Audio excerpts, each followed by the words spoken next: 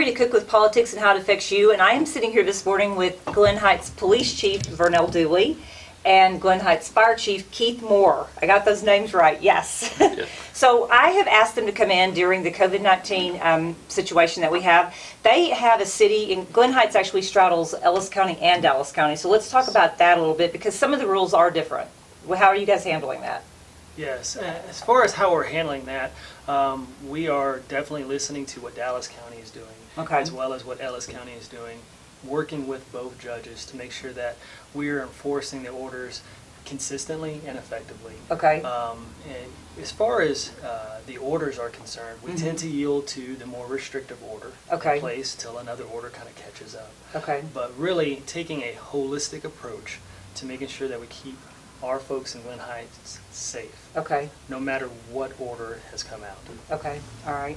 And Chief Moore, you said there were 7 cases in Glen Heights as of this morning of COVID-19? That is correct. We have 7 cases. Okay. What do you guys, so you guys there in Glen Heights started early, March 2nd, I believe it was, way before the orders were out of Dallas. What was, I know you had a tornado in 2015 that devastated how much of your city? 25% of your city, or was it pretty? It was a good portion. We had a little over 100 homes that were damaged or destroyed. And you were there, so, and you were working there as well as David Hall, the city manager. So how were you guys able to sort of bring that emergency into this situation and be more prepared than most cities in the area? Well, we knew that early planning would help us better prepare for this event, and long term would also help us have a better recovery from this event. So we started meeting early, our emergency management staff, and discussing, how we would address the situation as it progressed in the state of Texas. We talked about things like where would we quarantine staff if we needed to. Because you guys have a shortage of facilities right now anyway. You're in the process of a new city hall, correct, and all that? So, yes, yes. So yeah, talk about that a little bit, what you had to do to make that work, quarantining. So we identified an area where we could quarantine staff if our staff came in contact with anybody that was positive with COVID-19. We also identified that we needed to address some PPE issues or some personal protective gear issues for all of our staff, not just our fire and EMS staff, but our law enforcement, our public works staff, and even our non-essential staff that work in City Hall and stuff. We wanted to do everything that we could do to ensure our city could continue to provide the services each and every day without affecting those services. Okay, and are you finding, what are you guys doing different now, in both departments, that you would never have done before? From the police department standpoint, we're wearing our PPE on every call, every traffic stop. And what all is that? And so that is, let's talk about that. So that's mask that help, interaction with the public. That's gloves as well. Other things, we're disinfecting our vehicles. At the end of each shift, we're disinfecting our police department, offices and things like that. And so really going to the next level of cleaning everything. And we kind of have a mantra, if you will, at the police department: you leave it better than you found it. And so every shift, make sure that they leave the facility and the vehicles and the equipment clean and pristine, so the next shift can kind of continue on the police work. Some of those operations have changed, in addition to some of the calls that we would normally go ahead and respond to immediately. If they call in and it's something that we can take over the phone, we'll take over the phone. And I'll give you a perfect example. A theft report of a bicycle. We can take that over the phone. And so we've had some of those kind of changes, operationally speaking. But while we've done that, we've not reduced the services to our community. They've not been impacted. They still receive the same service. It's just delivered a different way. And do you have a jail there, or do you use Tri-City? We do not. We use Tri-City. And so if you take, I know a Lancaster police officer said that they were trying to take someone there, and they wouldn't take them because the temperature was 98 points over 90, but the guy was like, I'm not sick. And they still wouldn't take them. So with arresting folks, now that we are kind of managing this pandemic, if we take people to jail that they are not willing to accept based on their criteria, we still have other options.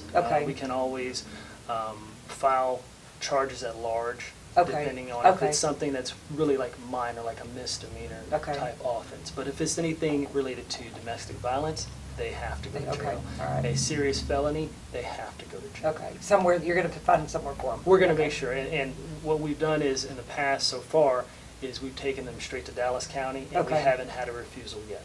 Okay, all right. And so now, Chief Bohr. So on the fire department side, most of the protective gear that we wear now, the mask, you'll see sometimes we'll be in some gear that covers our entire body. That's a little bit different than normal. Normally you would see that with maybe a hazmat team or an infectious control team. So that's something that's new for us. You'll also see that we're also slowing down on scene time, really, taking time to ensure that we're taking every precaution we can to protect our staff and any other bystander while we deal with a patient. This is not so much about rushing to the hospital as much as it is about slowing down the care to ensure that we provide a safe environment for everybody to work in. Have you guys had a scare with anyone with COVID-19 yet? Yourself? Personal story? I think every call that we go on where we ask those questions that are related to COVID and they answer yes, they are running a temperature. They have shortness of breath.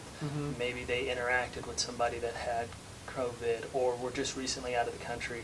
It does increase a little bit of the anxiety as we get to the call. But once again, we go back to who we are. We're still going to go. Right. We're still going to go. We're still just going to make sure that we protect ourselves by placing on that PPE.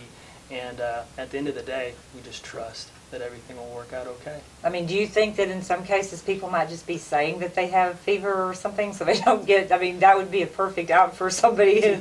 Well, it's from a police standpoint, yes. Not from his standpoint. Yeah, right. And we have those, times where people will say, well, I've got all this, so they don't go to jail. But once again, if they need to go and it's for the, safety of maybe those that are in their household, we're still going to take them. Okay, all right. All right. And what about you? Any other thoughts on that? So, you're going to see people on the medical side sometimes try to say that they may have a sign or a symptom that matches up to COVID-19, thinking that they can get into the emergency room a lot faster. Oh, okay. Same, as it is with law enforcement. They're trying to get out of something, or on the medical side, they may be trying to see if they can get into the emergency room, and that's not the case because they're going to get screened. Our emergency rooms in our areas are already over capacity. So it's not helping the situation. Everybody should be, okay, so we have 2 minutes. What else do you guys have to say? Anything that you want the viewers to know about what you're doing? Thank you guys for because you're out there in the front lines, and you never know, even in the best of times. Right. I will say, first and foremost, stay home, stay safe. It will save lives. That's been proven across the board.